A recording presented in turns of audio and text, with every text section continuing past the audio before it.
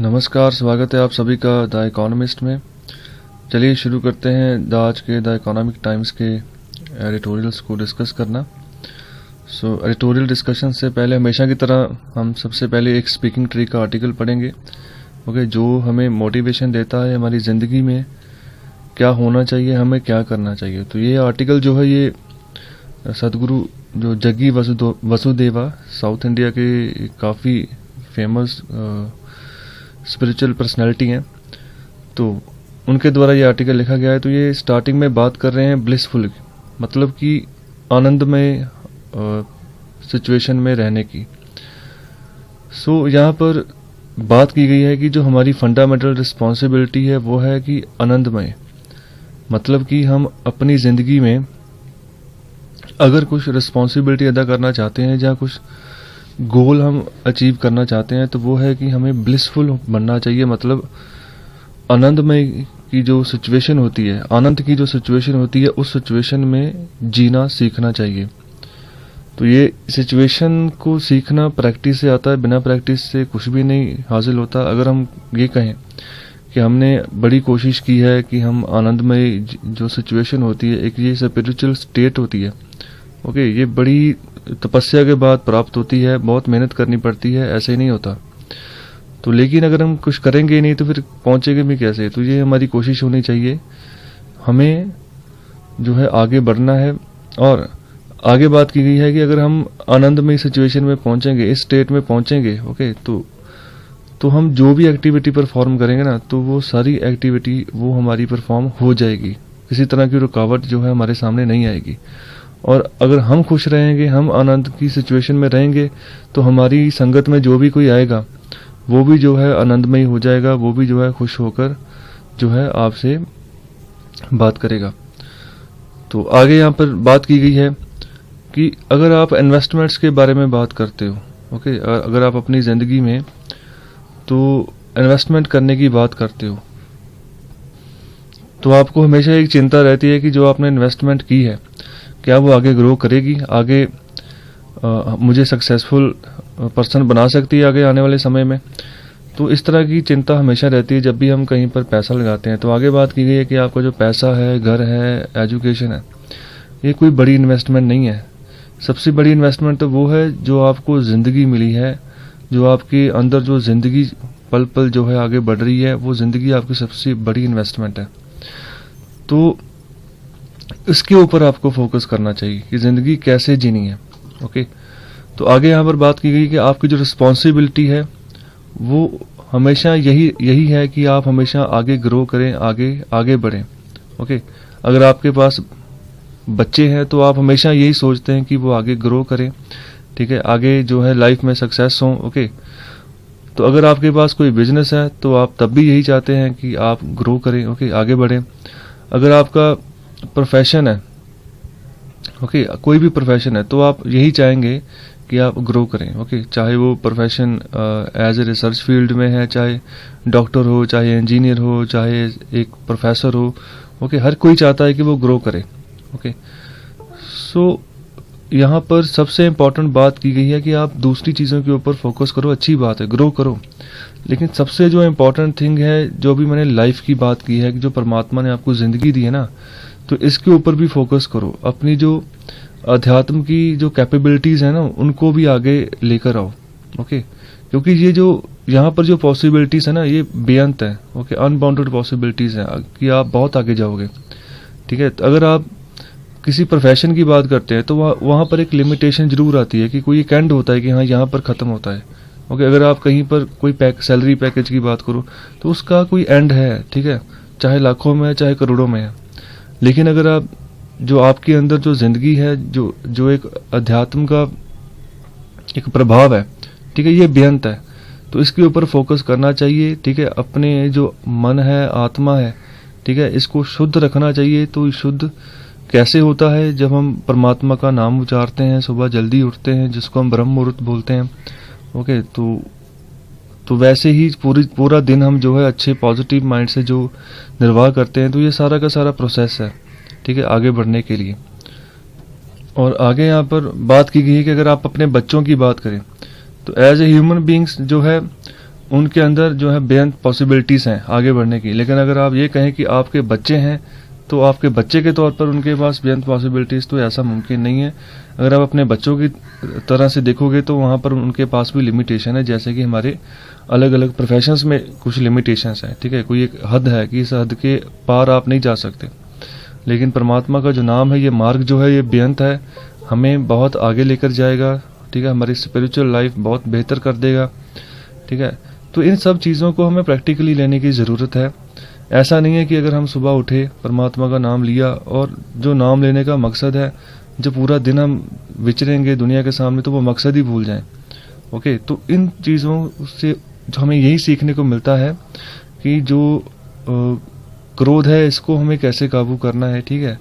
जब हम सोचेंगे इन चीज़ों के बारे में, जो काम, क्रोध, लोभ, मोह, अहंकार, ये 5 जो दैत माने गए हैं, तो इनके बारे में सोचेंगे ही नहीं, तो फिर कहाँ से ये हमें हमारे आसपास आ जाएंगे, ठीक है। तो हम सोचेंगे जब परमात्मा के नाम के बारे, हम जब सोचेंगे इस सिचुएशन के बारे में कि हमें आनंद की प्राप्ति है, ठीक है, हमें आनंद की ओर आगे बढ़ना है, तो फिर हमारी ज़िंदगी बहुत अच्छी हो जाएगी और हम भी जो है अपनी लाइफ को एक्सपैंड कर सकते हैं, ग्रो कर सकते हैं।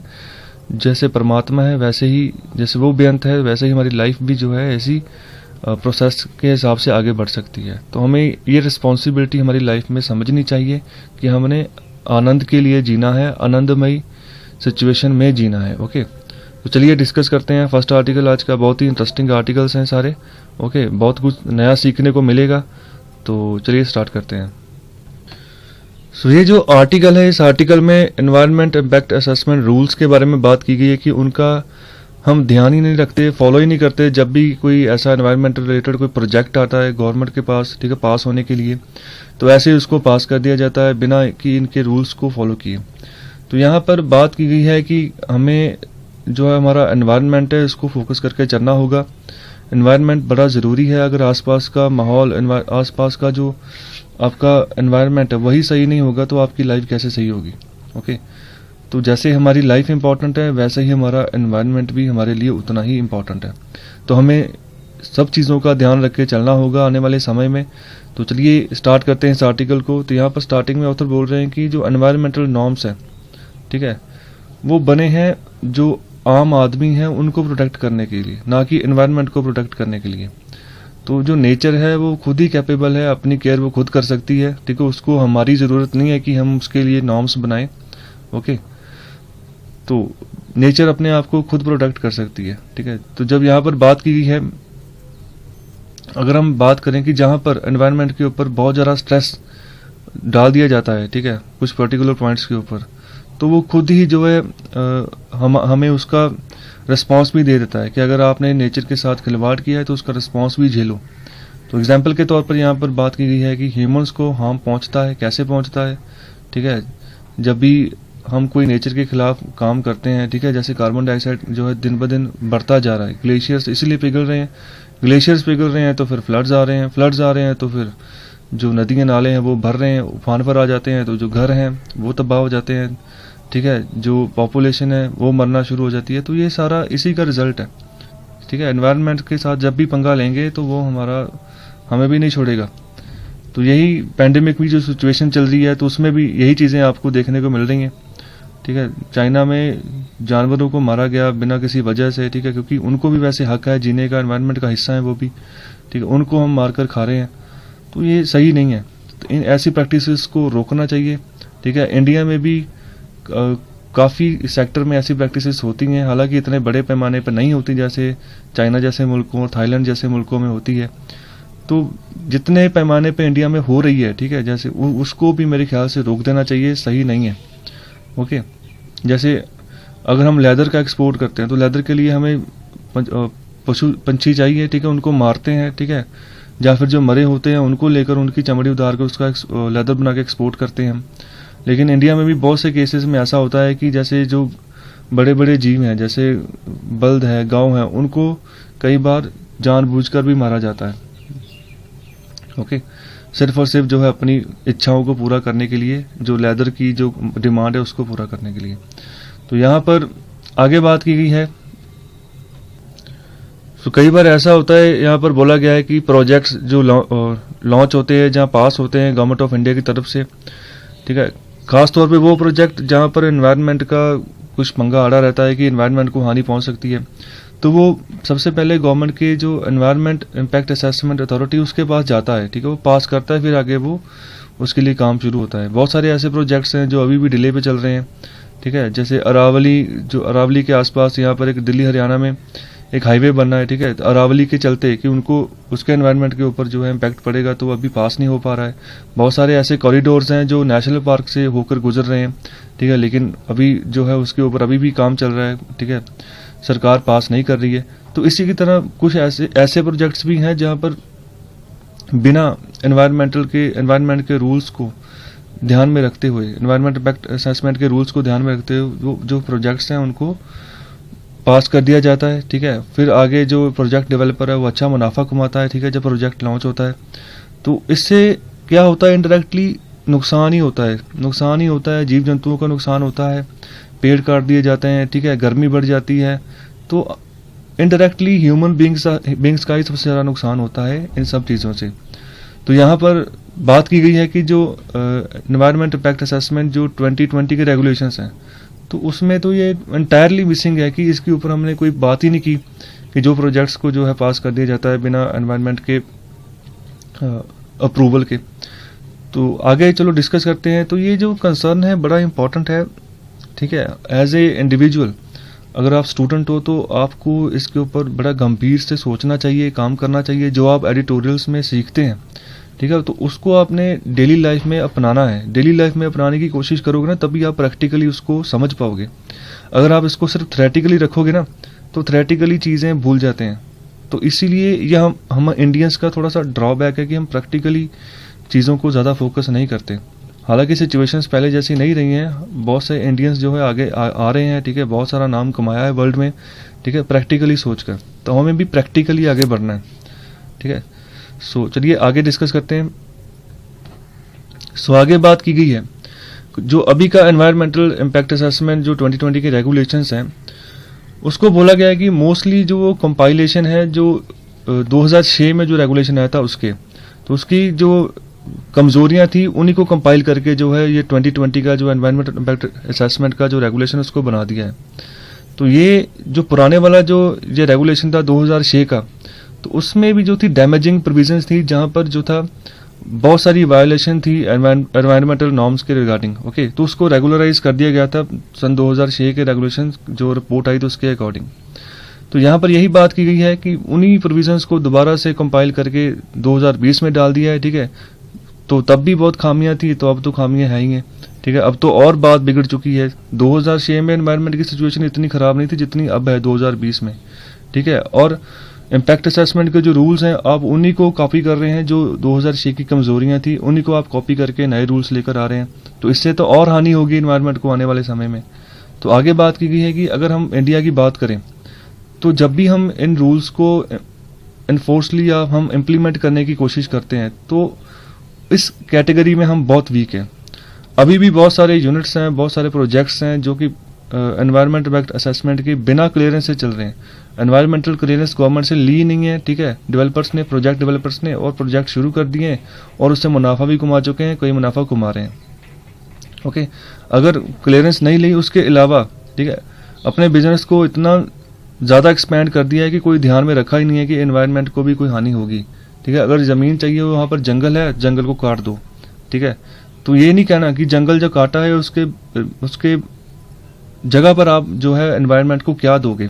सपोज करो कोई इंडस्ट्रियल एरिया का सेक्टर है जहाँ पर जंगल है, काफ़ी पेड़ लगे हैं, तो अगर किसी प्रोजेक्ट डेवलपर ने वहाँ पर प्लांट लगाना है तो प्लांट लगाए, लेकिन उसको ऐसा करना चाहिए कि जितनी जगह उसने ली है, जितने पेड़ काटे हैं, कम से कम दूसरी जगह कहीं और लेकर, शहर के किसी दूसरी कोने पर लेकर वहाँ पर उतने पेड़ लगा दे, उतना जंगल जो है लगा दे, ठीक है, जो कि एनवायरनमेंट को कोई हानि तो न पहुंचे, ठीक है। लेकिन इन चीज़ों के ऊपर जो है ध्यान दिया ही नहीं जा रहा, ओके। और जो यहाँ पर रेगुलेशन में बात की जा रही है, जो यहाँ पर उपचार की बात की जा रही है, रेमेडी की बात की जा रही है कि अगर एनवायरनमेंट के ऊपर ज़्यादा हानि पहुंच रही है तो एक काम करो, जो प्रोजेक्ट चल रहे हैं उनको बंद कर दो, ठीक है, जो कंपनी चल रही हैं उनको बंद कर दो। तो यहाँ पर ऑथर बात कर रहे हैं कि ये भी कोई प्रैक्टिकल बात नहीं है। अगर हमने किसी चीज़ का सोल्यूशन निकालना है तो उसको बंद ही कर दो, ये भी सही नहीं है। क्योंकि अनएम्प्लॉयमेंट रेट तो वैसे बड़ा हाई है इंडिया में, ठीक है। तो अगर आप ऐसी इंडस्ट्रीज को ऐसे बंद कर दोगे, ठीक है, तो वहां पर क्या होगा, हाई मात्रा में जो बहुत बड़े पैमाने पे जॉब लॉसेस हो जाएंगे, ठीक है। जिन बैंक से लोन लिया है, देखो वो बैंक्स जो है लोन वापस नहीं ले पाएंगे, अपना पैसा नहीं ले पाएंगे। बैंक्स की हालत तो वैसे पहले बहुत खराब है, ठीक है। तो यहाँ पर ये चीज बात की गई है कि हमें बड़े ध्यान से इन सब चीजों को देख कर चलना होगा। आफ्टर ऑल पूरी की पूरी इकोनॉमी जो है हिल जाती है जब भी हम कोई ऐसा ऊट पटांग डिसीजन लेते हैं। ओके, सो ये बहुत इंपॉर्टेंट है कि जो भी बंदा जो जितनी भी हायर पोस्ट पे बैठा है उसके बाद उतनी ही ज़्यादा रिस्पॉन्सिबिलिटी होती है देश को चलाने की, स्टेट को चलाने की। ओके, तो वो उनको हमेशा डिसीजन बड़े सोच समझ के लेना चाहिए। हमको सब चीज़ों को साथ में लेकर चलना है, चाहे एम्प्लॉयमेंट को बढ़ाना है, हमारी ग्रोथ को बढ़ाना है, डेवलपमेंट को राइज करना है, ठीक है। ग्रोथ तभी होगी, ठीक है, डेवलपमेंट तभी होगी जब ग्रोथ सही होगी, ठीक है। सो हमें अपनी पॉपुलेशन की जो है सेहत का भी ध्यान रखना है। सही सेहत होगी पॉपुलेशन की तो हम जो भी चाहे कर सकते हैं। तो अभी के जो दिनों में हाल चल रहे हैं तो यहाँ पर सबसे बड़ा मैटर यही है कि हमारी जो लोगों की सेहत है वो सही रहे, ठीक है। कोविड-19 से जो है ज़्यादा से ज़्यादा लोगों को बचाया जाए, ठीक है। तो आगे यहाँ पर बात की है कि जो कोर्ट्स हैं, ठीक है, वो भी जो है सपोर्ट नहीं करते हैं ज़्यादातर। जो भी सरकार जब भी नए रूल्स लेकर आती है, ठीक है, तो उनके ऊपर जो है उनको कोडिफाई नहीं करते हैं कि ठीक है कैसे उनको सही किया जाए। आगे बोला गया है कि कोई ऐसी कट ऑफ डेट भी नहीं रखी जाती, ठीक है, कि जो वायलेशन कर रहे हैं, ठीक है, और जो वायलेशन नॉर्म्स हैं, ठीक है, उनको सही तरीके से रेगुलराइज किया जाए, ठीक है, या फिर उनका जो है नोटिस लिया जाए जो भी जो है ऐसे गलत काम कर रहे हैं, ठीक है, जो कि सही नहीं है एनवायरनमेंट के हिसाब से। तो यहाँ पर आगे लास्ट में बात की गई है कि जो हमें करना है वो क्या करना है। हमें चाहिए कि जो हमारा एनवायरनमेंट इम्पैक्ट असेसमेंट का जो एक रेगुलेशन है, जो हम कह सकते हैं एक अदारा है, इसको ज़्यादा से ज़्यादा हमें मजबूत करना है, ठीक है। हमें अलग से जो है एक फुल टाइम एजेंसी चाहिए जो कि साइंस बेस्ड हो, ठीक है। और दूसरा जो है जितने भी प्रोजेक्ट्स एनवायरनमेंट के अकॉर्डिंग चल रहे हैं, ठीक है, तो उन प्रोजेक्ट्स के ऊपर जो है हमें ट्रैकिंग चाहिए, ट्रैक करना चाहिए कि कैसा प्रोजेक्ट चल रहे हैं, सही चल रहा है कि नहीं चल रहा है। ऐसा तो नहीं है कि क्लियरेंस तो हो गई है, लेकिन क्लियरेंस में जो कंडीशंस रखी गई थी कि आपको क्या क्या करना है, जो जब भी आप अपना प्लांट लगाओगे, प्रोजेक्ट लगाओगे, क्या उन पॉइंट्स के ऊपर काम किया जा रहा है, ठीक है। तो इसके लिए हमें एक फुल टाइम एजेंसी चाहिए, ठीक है। तो इसके लिए ऑथर बात कर रहे हैं, तभी जो है हम एनवायरनमेंट का सही तरीके से ध्यान रख पाएंगे, ठीक है, जब भी कोई प्रोजेक्ट लगेगा। क्योंकि प्रोजेक्ट्स भी चाहिए, बिना प्रोजेक्ट के जो है ग्रोथ भी जो है मुमकिन नहीं है, ठीक है। अगर सपोज करो आपको मेडिसिन चाहिए तो मेडिसिन के लिए प्लांट लगाना जरूरी है, क्योंकि आने वाले समय में मेडिसिन की डिमांड बहुत ज़्यादा होगी। तो उसके हिसाब से जितनी फर्म्स हैं जो मेडिसिन बनाती हैं वो बहुत कम है, ठीक है। आने वाले समय में हॉस्पिटल्स ज़्यादा चाहिए, डॉक्टर्स ज़्यादा चाहिए, ठीक है। आने वाले समय में इंडस्ट्रीज़ भी ज़्यादा चाहिए, क्योंकि जो व्हीकल्स हैं उनकी डिमांड भी बढ़ेगी। तो प्रोजेक्ट तो लगने ही हैं, लेकिन साथ में एनवायरनमेंट है उसका ध्यान रखना भी बहुत ज़रूरी है। ओके, तो हमें आने वाले समय में ये चीज़ इंश्योर करना चाहिए कि हम दोनों, चाहे प्रोजेक्ट्स हैं चाहे एनवायरनमेंट है, दोनों को हम साथ में बैलेंस करके चलें। तो यही था आज का एनवायरमेंटल इम्पैक्ट असेसमेंट का जो है आर्टिकल। तो आई होप आपको अच्छे से समझ आया होगा। चलिए नेक्स्ट आर्टिकल डिस्कस करते हैं। सो ये जो आर्टिकल है यह है डिफेंस प्रोडक्शन को बूस्ट करने के बारे में। तो यहाँ ऑथर बोल रहे हैं कि जो रिसेंटली गवर्नमेंट ने डिसीजन लिया है 101 आइटम जो हैं जो डिफेंस प्रोडक्शन के लिए ज़रूरी हैं, ठीक है, हमारी आर्म्ड फोर्सेस को चाहिए, ठीक है, उसके इंपोर्ट को बैन करने का। तो यहाँ पर इस डिसीजन को थोड़ा सा क्रिटिसाइज़ किया है। कैसे किया है, चलो इसको हम डिस्कस करते हैं। तो स्टार्टिंग में यहाँ पर ऑथर बोल रहे हैं कि रिसेंटली गवर्नमेंट ने 101 जो है आइटम्स है आर्म्ड फोर्सेस की, उनको उसके इंपोर्ट को बैन कर दिया है। तो कौन कौन सी आइटम्स हैं, जैसे मिसाइल्स हैं, एयरक्राफ्ट टू असॉल्ट राइफल्स हैं, ठीक है, उसके बाद अम्यूनेशन है, रडार है, ठीक है।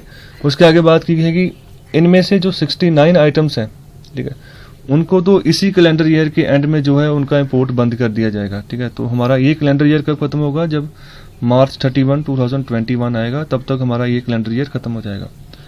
तो आगे यहाँ पर बात की गई है कि अगर हम घर में अपने इंडिया में जो है डिफेंस प्रोडक्शन की जो रिक्वायरमेंट है, ठीक है, डिफेंस इंडिजीनियस प्रोडक्शन को अगर हम बूस्ट करना चाहते हैं, बढ़ाना चाहते हैं कि हमारी आर्म्ड फोर्सेस को जो जो चाहिए हम खुद ही घर में बना के दें, तो ये बहुत बढ़िया चीज़ है, बहुत बढ़िया बात है। इससे जो हमारी इंडिजीनियस मैन्युफैक्चरिंग है, ठीक है, वो राइज होगी, बढ़ेगी, स्ट्रांग होगी, और आने वाले समय में जो हम घर पे बनाएंगे, जो भी हथियार बनाते हैं, उसको हम एक्सपोर्ट कर सकते हैं। एक्सपोर्ट करने से हमें रेवेन्यू आएगा, ठीक है। और जो हम पहले से इंपोर्ट करते थे तो उसमें बहुत सारा पैसा लगता था गवर्नमेंट का, वो पैसा बचेगा, ठीक है। जैसे 2 से 3 लाख करोड़ के आसपास जो है डिफेंस बजट होता है सरकार का साल का, ठीक है। तो उसमें से बजट को हम कम कर सकते हैं, वही पैसा हम और जो वेलफेयर की स्कीम्स है वहाँ पर लगा सकते हैं। लेकिन यहाँ पर लास्ट में एक बात बोली है कि जो गवर्नमेंट ने प्री अनाउंसिंग कर दी है, ठीक है, ये सब कुछ करने से पहले ही, मैन्युफैक्चरिंग हब बनने से पहले ही जो प्री अनाउंसिंग कर दिया है कि हम इंपोर्ट को बैन कर रहे हैं, तो यहाँ पर क्रिटिसाइज किया है ऑथर ने कि ये गलत डिसीजन है, सही नहीं है। तो क्यों किया है ये इसको क्रिटिसाइज, तो आगे डिस्कस करते हैं।